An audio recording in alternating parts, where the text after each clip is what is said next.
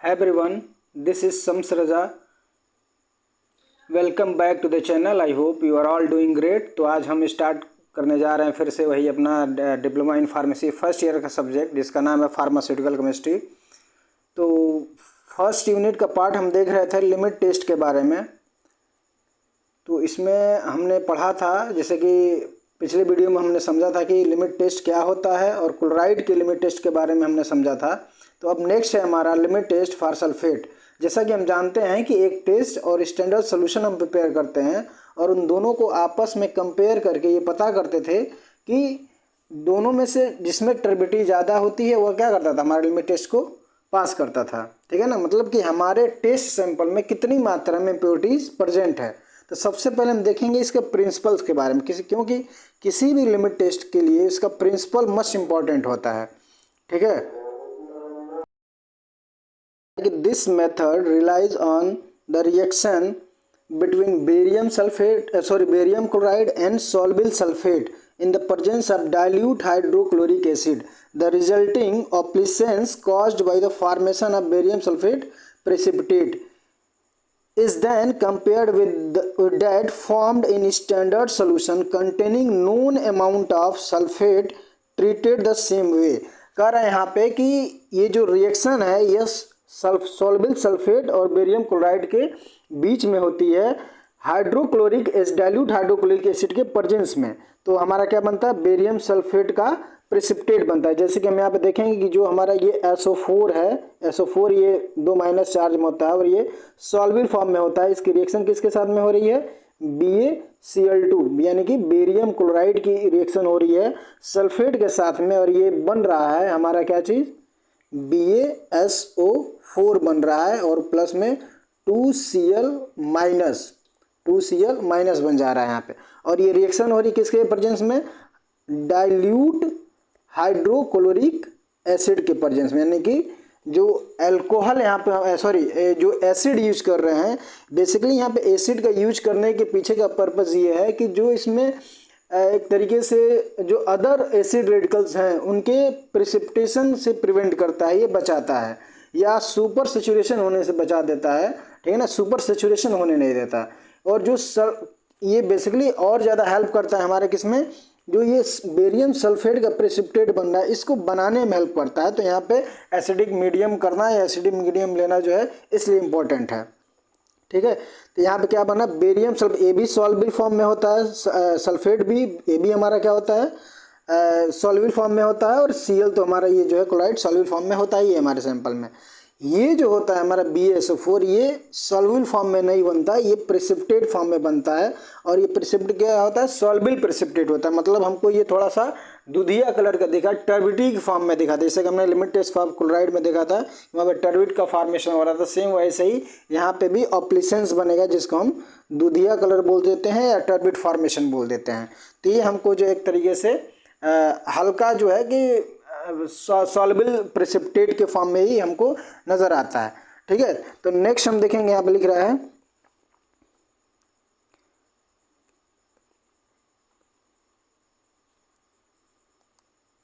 है कि test substance passes the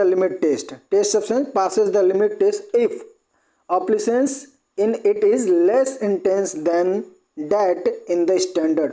हमारा लिमिट टेस्ट फॉर सल्फेट जो है पास तब माना जाएगा जब हमारे टेस्ट में जो ऑप्लिसेंस है वह स्टैंडर्ड के कंपैरिजन में क्या हो, कम हो, लेस इंटेंस में हो. अगर कम अमाउंट में टर्बिडिटी बनी हुई है हमारे टेस्ट सैंपल में स्टैंडर्ड के मुकाबले, तो वहाँ पे हमारा जो लिमिट टेस्ट फॉर सल्फेट है वो क्या माना जाएगा, वह पास माना जाएगा.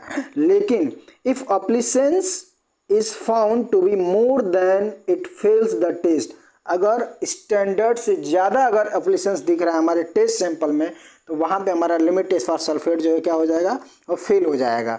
ठीक है, नेक्स्ट पॉइंट है हमारा यहाँ पे कि the barium sulphate reagent comprises barium chloride sulphate free alcohols and minute amount of potassium sulphate. जो हमारा बेरियम सल्फेट रिएजेंट है यहाँ पे उसमें शामिल होता है क्या क्या चीज़, बेरियम क्लोराइड होता है, सल्फेट फ्री एल्कोहल होता है और माइन्यूट अमाउंट में क्या होता है, पोटेशियम सल्फेट होता है. इसमें जो पोटेशियम सल्फेट का शामिल होना है इस टेस्ट, ये क्या करता है कि ये टेस्ट की सेंसिटिविटी को बढ़ा देता है, क्योंकि ये बेरियम सल्फेट की सॉल्बिलिटी प्रोडक्ट से थोड़ा अधिक आयनिक लेवल क्या करता है, ये मेंटेन करता है। ठीक है ना। इस रिएजेंट में पहले थोड़ी मात्रा में जो BaSO4 है हमारा एक न्यूक्लिएटिंग एजेंट की तरह से कार्य करता है, जिसकी वजह से क्या करता है कि यह इंश्योर होता है कि जो टेस्ट सोल्यूशन में जो सल्फेट के आयंस मौजूद हैं, जिसकी वजह से क्या होता है ये प्रेसिपिटेट बन रहा है। तो बेसिकली इसमें ये इंपॉर्टेंट होता है हमारा पोटेशियम सल्फेट का। नेक्स्ट आगे क्या लिख रहा है, वही चीज़ लिखा हुआ है इसमें, आप देखेंगे कि the inclusion of potassium sulphate enhance the test sensitivity. क्या करता है, पोटेशियम सल्फेट की उपस्थिति जो है हमारे टेस्ट की जो सेंसिटिविटी है उसको बढ़ा देता है बाई प्रोवाइडिंग आयनिक लेवल के, किस द्वारा, ये आयनिक लेवल को मेंटेन करके प्रोवाइड करके ये क्या करता है टेस्ट की जो सेंसिटिविटी है उसको क्या करता है इनहेंस कर देता है, बढ़ा देता है। The slightly surpass the solubility product of barium sulphate. Next point है हमारा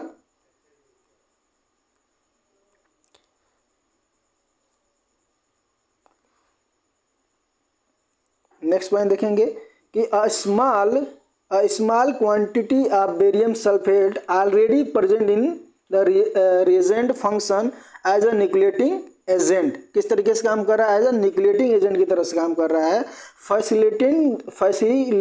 facilitating the formation of barium sulphate precipitate if sulphate exist in the test sample. मतलब ये कह रहा है कि इसमें जो हमारा बेरियम सल्फेट है यह एक फैसिलिटिंग की तरह से काम करता है, फॉर्मेशन करता है, जो जिससे यह क्लियर होता है कि हमारे सैंपल में यानी जो टेस्ट का सैंपल है इसमें क्या है वो जो है प्रेसिपिटेट बना रहा है। मतलब जो अपलिसेंस या जो एक तरीके से टर्बिट का फॉर्मेशन हो रहा है वह इंश्योर करता है कि जो बेरियम सल्फेट ये इंश्योर करता है कि हमारे टेस्ट सैंपल में क्या है सल्फेट का आयंस क्या है प्रेजेंट है, इसमें मौजूद है। ठीक है ना। नेक्स्ट पॉइंट लिख रहा है the alcohol helps avoid super saturation. ठीक है ना। जो हम एसिडिक मीडियम जो डाइल्यूट एसिड का हम यूज कर रहे हैं, डाइल्यूट HCl का यूज कर रहे हैं रिएक्शन को कराने में, SO4 जो हमारा SO4 आयंस है और बेरियम क्लोराइड है। ठीक है ना। इन दोनों को रिएक्शन को कराने में भी हेल्प करता है, बाकी जो अलग एसिड के जो रेडिकल्स हैं उनके प्रेसिपिटेशन से भी रोकता है, और सुपर सेचुरेशन होने से भी क्या करता है डाइल्यूट HCl जो है कि प्रिवेंट करता है, रोकता है। ठीक है ना। Resulting in more consistent and uniform turbidity, और एग्जैक्ट टर्बिडिटी या यूनिफॉर्म टर्बिडिटी को बनाने में भी हेल्प करता है, ताकि बेरियम क्लोराइड जो है हमारा सल्फेट आयन के साथ में प्रॉपरली रिएक्ट करके बेरियम सल्फेट के प्रेसिपिटेट क्या कर पाए, उसको बना पाए। ठीक है ना। नेक्स्ट हम देखेंगे यहाँ पे प्रोसीजर के बारे में। ठीक है ना। प्रोसीजर इसका क्या है, प्रोसीजर देखिए किसी भी लिमिट टेस्ट का प्रोसीजर समझना मेन चीज़ है। जब तक हमको प्रोसीजर क्लियर नहीं होगा तब तक हम लिमिट टेस्ट ईजिली जो है कि परफॉर्म नहीं कर पाएंगे। इसमें हम जैसे कि हम जानते हैं पिछले लिमिट टेस्ट फॉर क्लोराइड में भी हमने देखा था कि 2 नेशनल सिलेंडर लेते हैं। ठीक है। एक हमारा टेस्ट होता है, एक हमारा स्टैंडर्ड होता है। ये हमारा मान लेते हैं टेस्ट है और ये क्या है स्टैंडर्ड है। अब स्टैंडर्ड में हम क्या लेते हैं, कोई भी सल्फर कंटेनिंग कंपाउंड लेते हैं, मतलब ऐसा कोई कंपाउंड लेंगे जो ऑलरेडी इसमें क्या हो सल्फर जो है कि मौजूद हो। ठीक है ना। टेस्ट में हम क्या करते हैं सैंपल का यूज़ करते हैं, टेस्ट में हम सैंपल का यूज़ करते हैं, और साथ में इसमें क्या मिला रहे हैं बेरियम क्लोराइड मिला रहे हैं। ठीक है ना। बेरियम क्लोराइड हमारे सैंपल में भी जाएगा और बेरियम क्लोराइड हमारा स्टैंडर्ड वाले में भी जाएगा। यहाँ पर लिख रहा है इथेनॉलिक सल्फेट स्टैंडर्ड। अब इसमें जो है कि इथेनॉलिक सल्फेटेड स्टैंडर्ड सोल्यूशन का यूज कर रहे हैं, और साथ में हम 5 मोलर का एसिटिक एसिड भी यूज कर रहे हैं। ठीक है ना। एसिटिक एसिड या आप HCl भी ले सकते हैं या एसिटिक एसिड भी ले सकते हैं। ये जब आपस में सारे रिएक्शन करते हैं, यानी कि हमारा जो है कि यहाँ पे बेरियम क्लोराइड है और सल्फेट, बेरियम क्लोराइड और सल्फेट मिलकर क्या बनाएंगे हमारा BaSO4 यानी कि बेरियम सल्फेट बनाएंगे। ठीक है ना। और बेरियम सल्फेट का ही क्या बनता है PPT बनता है, प्रेसिपिटेट बनता है, जो ये इनसॉल्युबल फॉर्म में होता है। सॉल्युबल ही होता है मतलब कि ये आपको एग्जैक्ट वैसे बॉटम में प्रेसिपिटेट बैठा हुआ नज़र नहीं आएगा, ये सॉल्युबल जो क्या होगा जो भी हमारा सोल्यूशन उसमें मिक्स होगा। ठीक है ना। लेकिन बाकी क्लोराइड हमारा जो सल्फेट है वो क्या हो एकदम सॉल्युबल फॉर्म में होंगे।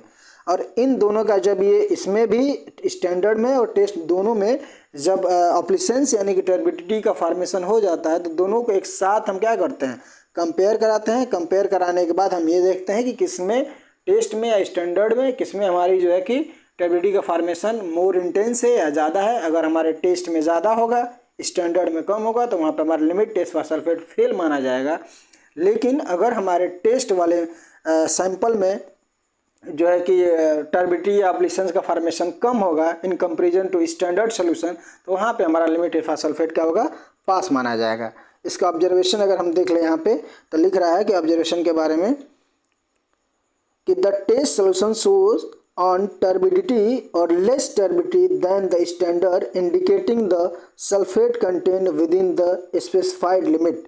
क्या कह रहा है कि अगर हमारे टेस्ट वाले सोल्यूशन में स्टैंडर्ड वाले सोल्यूशन से क्या है टर्बिडिटी कम है, स्टैंडर्ड के कंपैरिजन में टेस्ट में अगर क्या है कि टर्बिडिटी कम है, तो वहाँ पे हमारे सल्फेट की कंटेंट जो है क्या है एक स्पेसिफाइड लिमिट में है, ठीक है ना, एक परमिसिबल लिमिट से ज़्यादा नहीं है। अगर देखिए कोई भी लिमिट टेस्ट क्या है कि अगर कोई भी इम्प्योरिटीज परमिसिबल लिमिट से अधिक जाती है, तो वहाँ पे क्या होगा, वहाँ पे हमारा जो है कि हमारे बॉडी के लिए वो हार्मफुल हो सकता है, टॉक्सिक हो सकता है, नुकसानदेह हो सकता है, ठीक है ना। तो अगर वो परमिसिबल लिमिट के अंदर में है, स्पेसिफाइड लिमिट में है, तो वहाँ पे हमारा लिमिट टेस्ट क्या होगा, पास माना जाएगा, ठीक है। तो आज हमने देखा लिमिट टेस्ट फॉर सल्फेट के बारे में। नेक्स्ट वीडियो में हम अगले लिमिट टेस्ट की बात करेंगे। तब तक के लिए आपका बहुत बहुत धन्यवाद। आप ऐसे ही वीडियो देखते रहिए, लाइक करिए, सब्सक्राइब करिए, और कोई भी आपका सवाल हो तो आप कमेंट बॉक्स में बेझिझक पूछ सकते हैं। हम आपके हर एक सवाल का जवाब देने की ज़रूर कोशिश करेंगे। Thank you so much.